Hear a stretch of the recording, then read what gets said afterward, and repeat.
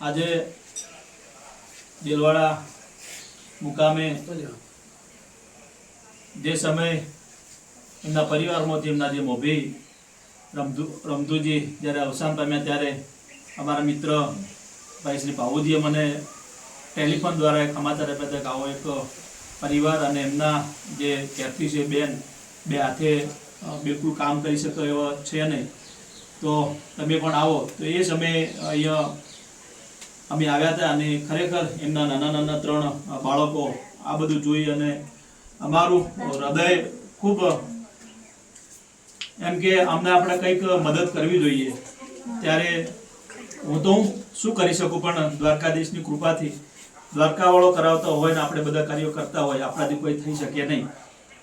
એ વખતે બેનને આશ્વાસન આપ્યું હતું કે બેન ચિંતા ના કરતા અને જ્યારે પણ જરૂરિયાત હોય ત્યારે અહીંયા મહાકાળી કિરાણા સ્ટોર કોઈટાથી તમારે જે પણ કરિયાણાનો સામાન જોતો હોય એ તમે લઈ આવજો.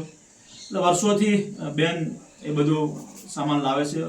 અવારનવાર ફોન ઉપર પણ વાત થતી હોય છે. એ 3 ભણિયાઓ પણ અમારે જ્યારે પણ એમને કંઈક જરૂર હોય તો ફોન ઉપર વાત થતી હોય છે. ત્યારે તમામને વિનંતી કરું છું કે આની સાથે સાથે અમે એક સેવાનું કામ તો કરી રહ્યા છીએ, પણ એક સેવાના માધ્યમથી દીકરીઓને હોસ્ટેલ માટેની જેમ નવગણભાઈએ જે વાત કરી, મનોજભાઈ અમારા હાથે છે, મનોજભાઈ અને નવગણભાઈ બે અત્યારે ખૂબ દીકરીઓ માટેની ચિંતા કરી રહ્યા છે. ત્યારે સૌ સમાજને 2 હાથ જોડે વિનંતી કરું છું કે આવો દીકરીઓ માટે જે હોસ્ટેલનું નિર્માણ જે થઈ રહ્યું છે એ ભારત દેશમાં આપણા ઠાકોર સમાજની સારામાં સારી હોસ્ટેલ બને અને ટૂંક સમયમાં તમારા વચ્ચે અમે સમાજની દીકરીઓના હોસ્ટેલ માટે જે તમારી મુલાકાતે આવવાના છીએ. અમે બધાએ દીકરીઓ માટે કંઈક માગવા માટે આવવાના છે, ત્યારે તમે પણ બધા તૈયારી રાખજો.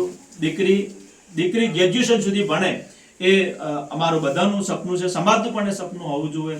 ત્યારે વિશેષ ન કહેતો, પણ એની સાથે અમે સમર્પણ સેવા સમિતિનું ટૂંક સમયમાં અમે તો સેવા કરીએ, પણ એ માધ્યમથી તમામ મિત્રો મળી અને સમર્પણ સેવા સમિતિનું ટૂંક સમયમાં એનું અમે ઓપનિંગ કરવાના છીએ અને પાટણમાં એની ઓફિસ બનાવી અને જે પણ લોકોને જરૂરિયાત જે હોય, ચૂંટણી કાર્ડ હોય, આધાર કાર્ડ હોય, વિધવા સહાય કે કોઈનું કદાચ મકાન વિહોણો હોય તો એમનું મકાન પણ બનાવવાનું, એ બધી જરૂરિયાતમંદ લોકોને માટે સેવાકીય પ્રવૃત્તિ લઈ અને આવી રહ્યા છે. ત્યારે આ બધાનો ફરી એકવાર ખૂબ ખૂબ આભાર. જય હિન્દ, જય ભારત.